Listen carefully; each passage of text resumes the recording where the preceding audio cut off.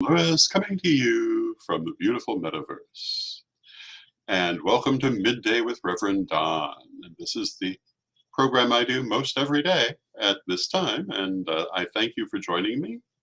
And if you wish to take part in the conversation, feel free to make your questions or comments on whatever platform you're watching on, and it should show up in my chat room. And we can talk directly. And as you know, this week I'm focusing very heavily on what's been described as the sale of my life, selling off many of my collections of ritual items and altar statues, my library, um, and pretty much everything I would otherwise have to either store or transport. I am simplifying my life as I go forward, and I have a time limit on how fast I need to move forward. Um, Hello to John in the chat room, welcome. And the large items we will be done with this weekend. There will probably be still some artwork and other things after.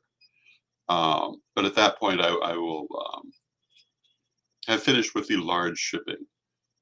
Today, we have on my webpage, Rev Don Lewis, um, Facebook.com/Rev Don Lewis. We have altar items. We have, oh, and hello to Cher. Welcome, Cher. We have an athame, we have a wand. We had several of each originally, but they have gone very quickly. We have a feather fan. There are more things coming. There are also a number of altar statues, including, um, I believe, um, several Isis and other Egyptian statues. Let me just look and see what we have still here. Oh, we also have a besom used for cleansing sacred space. We have Cupid and Psyche, or Eros and Psyche. We have Eos, the goddess of the dawn. We have Bast. I love Bast. We have Sekhmet. We have a green man and a green woman. We have an Isis, a Mut, a statue representing duality. And I believe that's, oh, and Ben Saitan. I'm told that this same statue can represent Salwan, who is a similar Chinese figure. So these are the statuary that's still on my page and the ritual items. And again, more is coming. Hello to Bradley in the chat room. Bradley says, I really love your outfit. Thank you. Hello to Mary in the chat room. I rather like this outfit too. And Cher asks if there's a website where the items are being sold. No, just on my Facebook page. But if you go there, they're all listed. And also on Sir Edward's Facebook page are the books. And that is facebook.com/Ed A. Hubbard. And the vast majority of the library is going. A lot of it has gone. Hello to Renee in the chat room. In the end, some of it is probably going to be donated. Some of my furniture is going to end up being donated because I'm just not in a position, nor do I necessarily desire to take all of this with me. It's a new direction in life, and I'll be going forward with much less encumberment. Hello to Anna in the chat room. Thank you all for joining me. I'm happy to see all of you. Of course, not everything is going. For example, the jewelry I'm wearing is part of what I'll be keeping. This piece originally came from Lady Crystal. I call it the Minoan necklace, even though it isn't literally Minoan, but it reminds me so strongly of Minoan sculpture and design motifs. There are lots of other pieces that will be going with me, but so many have already sold.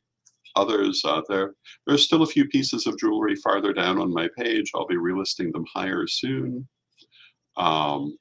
There may be a few more pieces coming before we're done. It all depends on our friend, the time limit, and how fast I can move things. We We're probably going to have some staves coming up soon.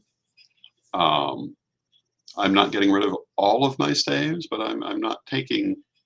I think I'm planning to take two: the one my father gave me, and the one my staff at the World Witches Museum gave me.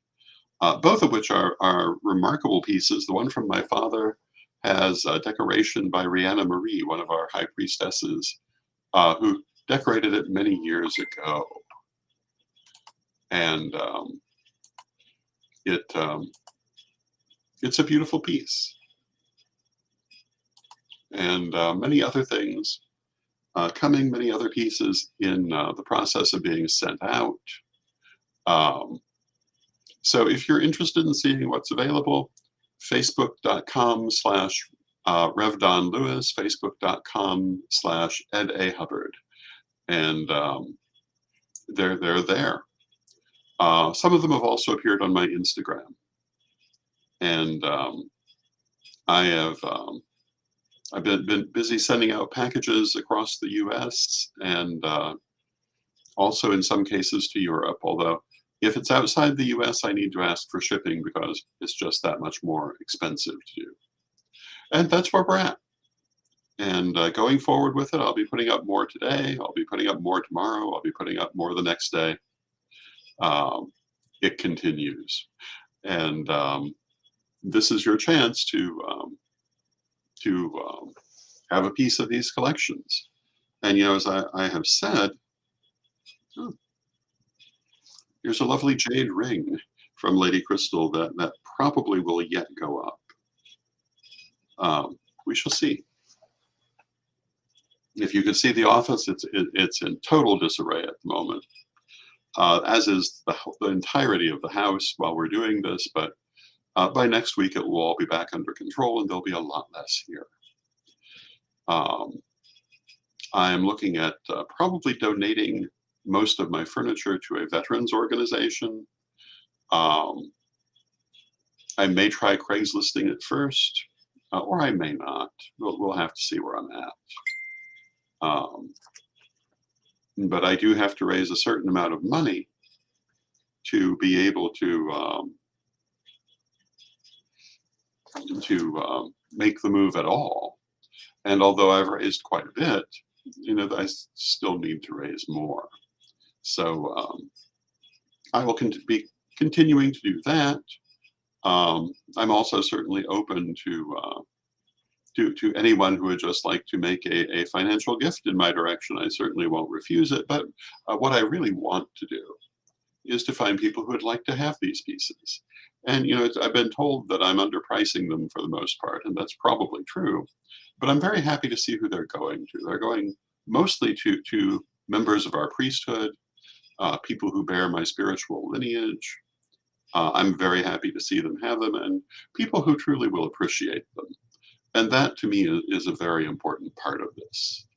I probably could have gotten more money by going to strangers, but that just wouldn't have seemed as good to me. I wouldn't be as happy with that outcome. So that's where we're at. That's what we're doing, and here we are on Midday with Reverend Don. So I thought I would talk a little bit about some of these things and the roles they've played in my life. One of the things that I had put up yesterday were the beginning of the altar figures. There are more altar figures coming, but these are the ones that I specifically had customized by painting and or over sculpting them. We found a box of them last night that were all damaged, that are too damaged to go up. That was unfortunate. But there are lots of them that are available. Lots of them are already gone. I've found that usually when I list things, about half of them go in the first 10 minutes. I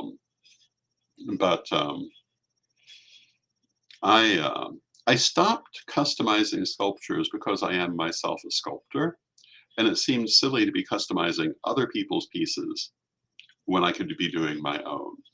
But for many years, what I would do is customize these altar figures, and I would customize them by painting them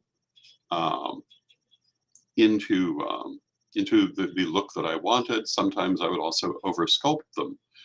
For example, the statue of Hecate, which is gone now, but I believe you can still see her on the page. She started out as the Virgin Mary, and I used to have this wonderful source for Virgin Mary statues that had no identifiable markings. I mean, you could recognize the pose, but it was a pose suitable to any female divine. The costume was very nondescript. The original statue came with a cloth veil that could be removed, leaving basically just a woman in a long dress, suitable to be customized as a goddess. And I used to love doing those for many years, made many different goddesses out of that template. But if you look at the Hecate, you will see that I altered the hair extensively using probably Sculpey. It may have been some other clay. Could have been, as I say, a polymer clay like Sculpey, could have been something else. It's been 30 years or more. But she looks very different from that original figure. And that's the kind of thing I would do. There was a Yamaya that has gone who began as a plaster figure of a standing nude woman. But when she was finished as Yamaya, she was rising from the ocean with a beautiful blue dress that turned into waves at her knees, and her long hair flowing down. It was a lovely piece. And that's the kind of thing I would do. And that way I made the altar figures that at that time were not easy to find, that I could have for my altar. You know, today there are a lot of people producing altar figures of various pagan deities. Go back to 1990, that was not the case.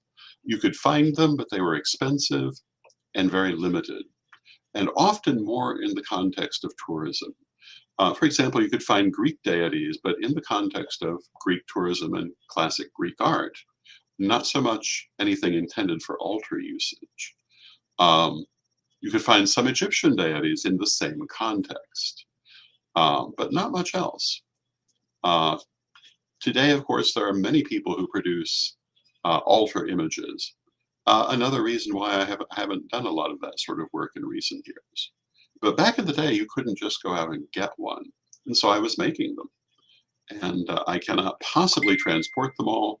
I'm happy to see them going to good homes. And I hope that the remainder of them that someone will choose. And also the ritual items, I've had a large collection of ritual items. I have been acting as a high priest for 44 years of my life. I collected a lot. I'm not taking a lot. I am taking certain pieces that, for want of a better way to put it, are particularly personal to me. They're my pieces. The athame my Uncle Edward gave me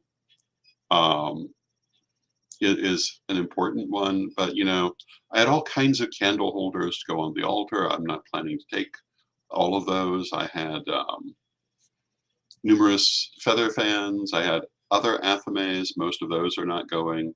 Here and there, I'm planning to keep a piece.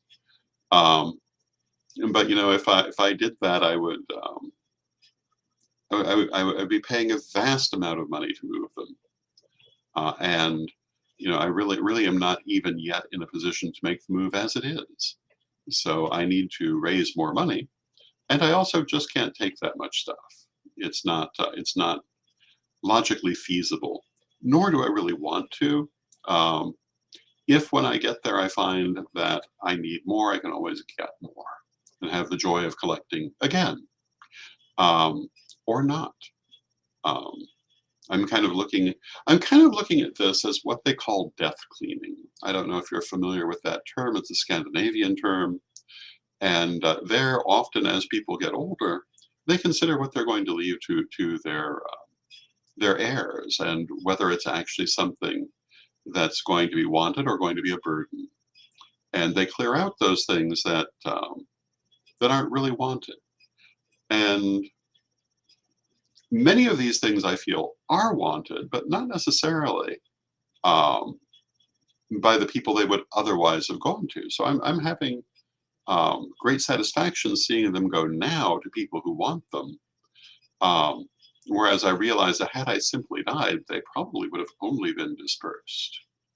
Um, so it's it's serving two purposes. It's helping me to go forward, and it's giving me the pleasure of seeing these things go to people who appreciate it. And that's where I'm at. So if you're watching the program, if there's anything you'd like to ask about or talk about, feel free to put it in the chat room, and we will continue. I'm returning to Danville, which is where I was born, and is the home of the Corellian tradition. It's where it was born and grew. I will be, for the first time in many years, in close proximity to Lady Crystal, which I'm looking forward to my nephew Jason, to my son and his family, although they're not in Danville, but they'll be much closer. To my niece in Chicago, who I'm looking forward to seeing. So it's going to be, in a lot of ways, a very different but better life in um, in many ways. I'm looking forward to it. I'm also expecting to continue to do writing and artwork and teaching at events, but in the Midwest, and probably more than I've been doing for a while. It it's going to be an interesting change, and I just have to get from here to there, and that's what I'm working on now. And I was asked yesterday, I think on this program, possibly on the Daily Spell, but I was asked if I'm using metaphysical techniques to help to facilitate all of this, and yes, of course I am. I, haven't been doing this my entire adult life, and not actually applying it in life. I have one person who often tells the story of how shocked they were when they realized that I made relatively mundane decisions in metaphysical ways. Hello to Michael in the chat room. Um, and they realized this when I had to choose a dessert at a restaurant. And I decided to run my hand over them to see which one felt energetically right, to get my answer that way. But this is it's second nature when you've done it so long. So of course I've used metaphysical, um, energetic techniques to help move this along, and I expect to continue doing so. I make many of my everyday decisions based on messages from the ancestors, um, or on psychic means. It's just what you do. Um, I can't imagine having been a high priest and a professional psychic for so many years and not doing that. Now, of course, we're all human. There are times you forget, and that's only normal. But I think that anyone who has been involved in this so long, of course, is relying on these techniques in their daily life. So, so yes, and I think that that process of integrating metaphysics into your daily life is a very important part um, of what we do as spiritual people, or it certainly should be. Of course, life has a way of taking our attention and kind of running away with us, but we need to keep our center and stay in our spiritual self, in our higher self. And when we do so, everything moves very nicely there. Hello to First Priest Phoenix. Welcome. Um, it's good to see you. Um, and yes, we're in the process of moving forward. And and ultimately, I'm looking forward to it. I will admit I'll be happy when it's done. Um, and Cher says, magic signs and omens are all around us every day. Agreed. And I totally agree with that. And Lord Phoenix says, you're looking fly like the 4th of July. Thank you, Phoenix. Uh, thank you, dear nephew. And I don't know if I told the story of the turtleneck. Um, I've been going through boxes. Some of the things I've been going through are old clothes, and I found three turtlenecks in sizes that fit me. I haven't worn turtlenecks for years, but it occurred to me, going back to Central Illinois, I may want them. They're not the most practical thing in Florida, but they are practical for Central Illinois, and I used to wear them all the time. And I thought I would try one today, make sure it actually does fit. It does, and I like this look. I think I may do this more often. And I don't know if I'm going to go back to the ties or not. I certainly will for formal occasions. But I'm kind of liking having the option of wearing jewelry. When I was young, I wore a lot of jewelry. Um, in the early 1990s, I got out of that habit. Um, kind of got back into it in Salem. Um, but now, since I'm trying not to wear the tighter collars, and I don't think a turtleneck counts because it's very, very loose. Um, I've started wearing necklaces again, and I was never one to wear nondescript little pendants.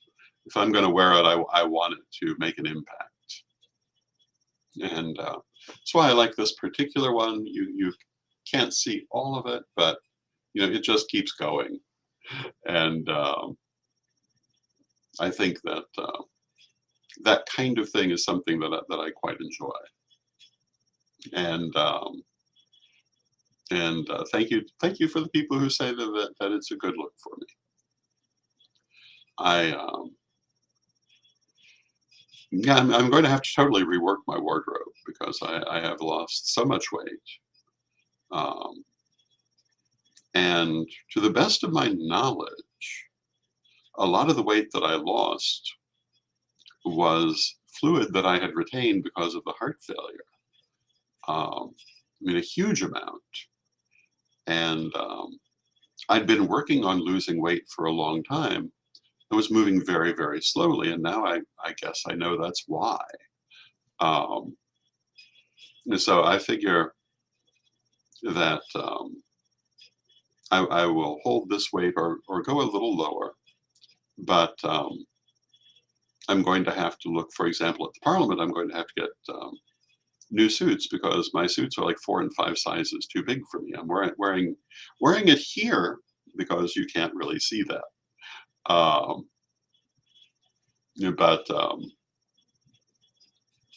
I will be working on rebuilding that formal wardrobe for those formal occasions that will still require it, particularly the Parliament.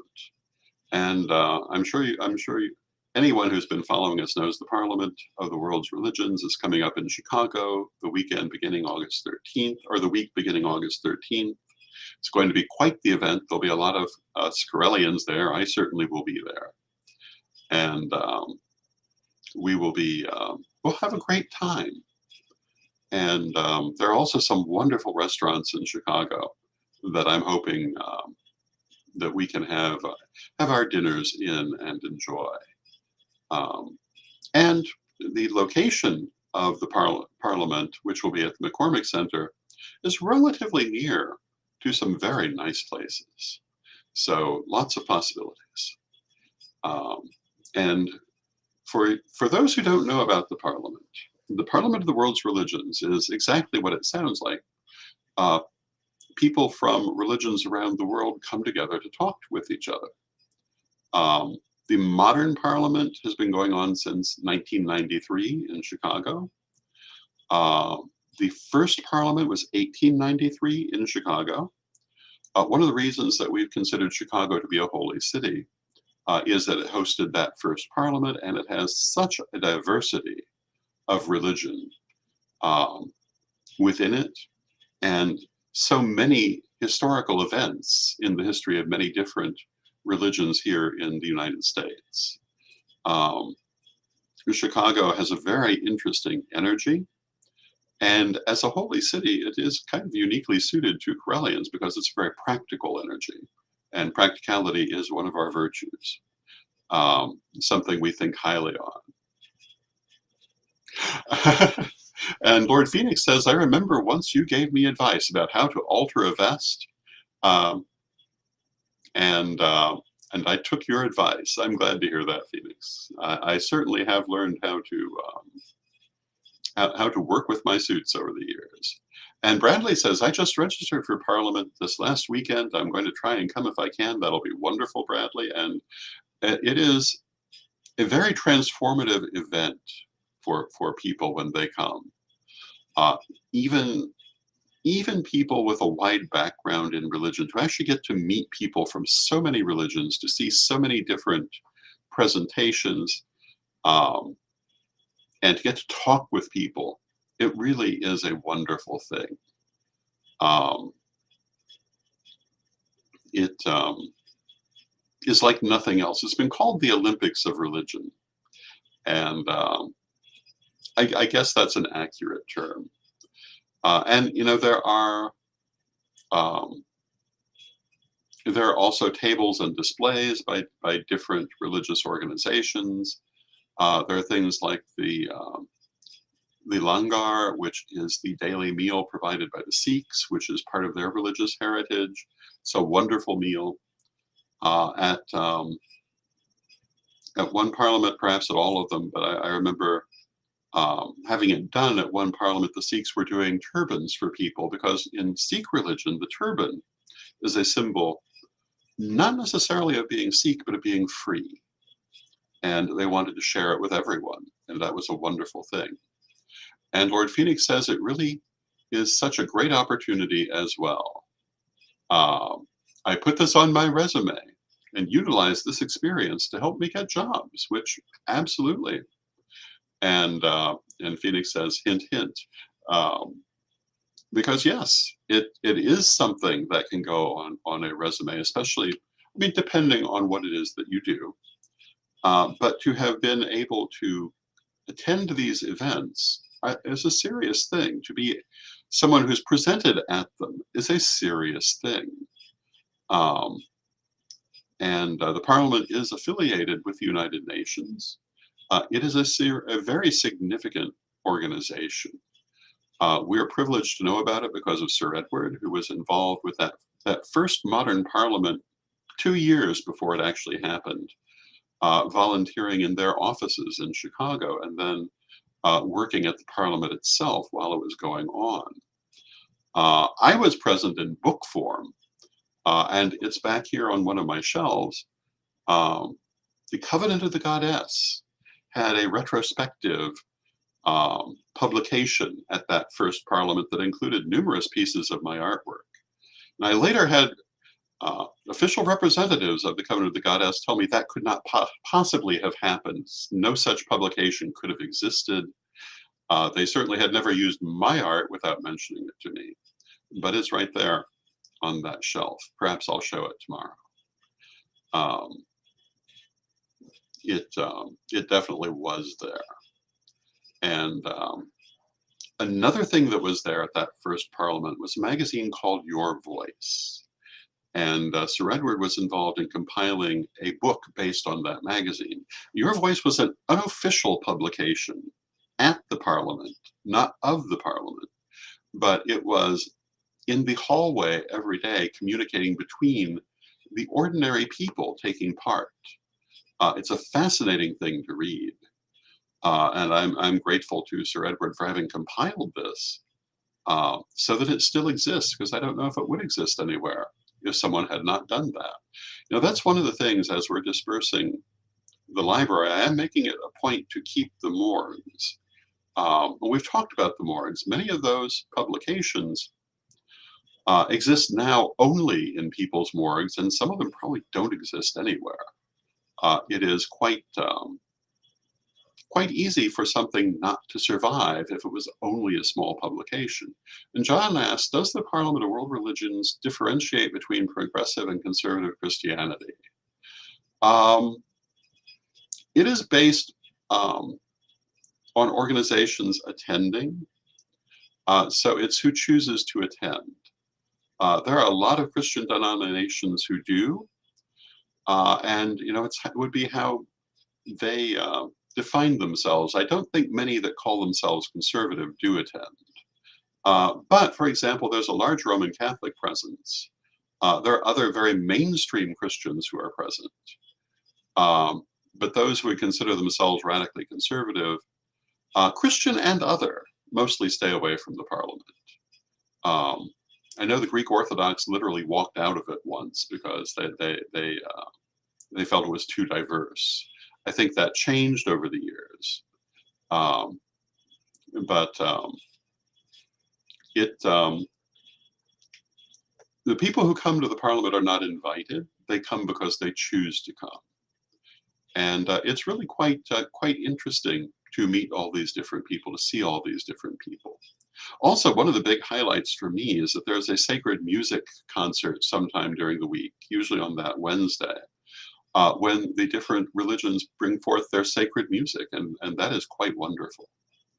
But I see that we've come to the end of our half hour. I want to thank you for joining me today. I hope you'll join me tomorrow, and maybe I'll show that book tomorrow.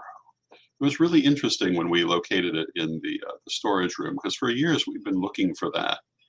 So we could say, yes, this did exist, thank you. Um, and now we found it. We found a lot of things like that. Also, in that same little hoard um, is a notebook from the Chicago Pagan Host Committee for the Parliament from 1993. Another thing that I think most people don't remember ever existed, and a controversial story attached to it. And I was a member of that host committee. Um, and if I did not know Sir Edward, I don't know that I would have ever dealt with Parliament again after that experience. But because I do know him, I was convinced to go forward, and I found it well worth doing.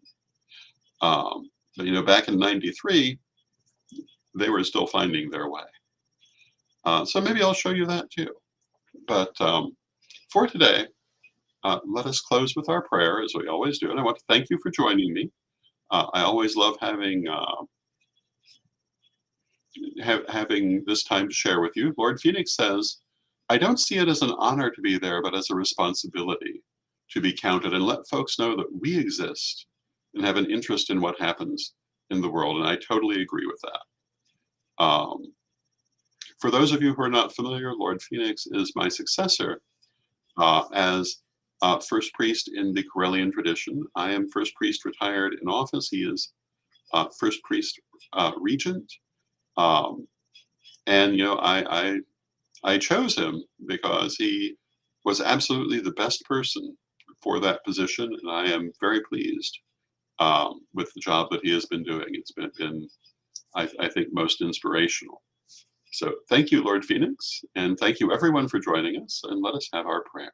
In Divine Mother Goddess, Divine Father God, beloved ancestors, help us to make the connections in life that we need. Help us to meet the people who will move us forward. Help us to value the love that enters our lives and the people who are close to us. Beloved Mother Goddess, beloved Father God, beloved ancestors, we thank you with great love and with respect. And until next time, may you blessed be. And I thank you with much love, and until next time, may you blessed be. And we'll see you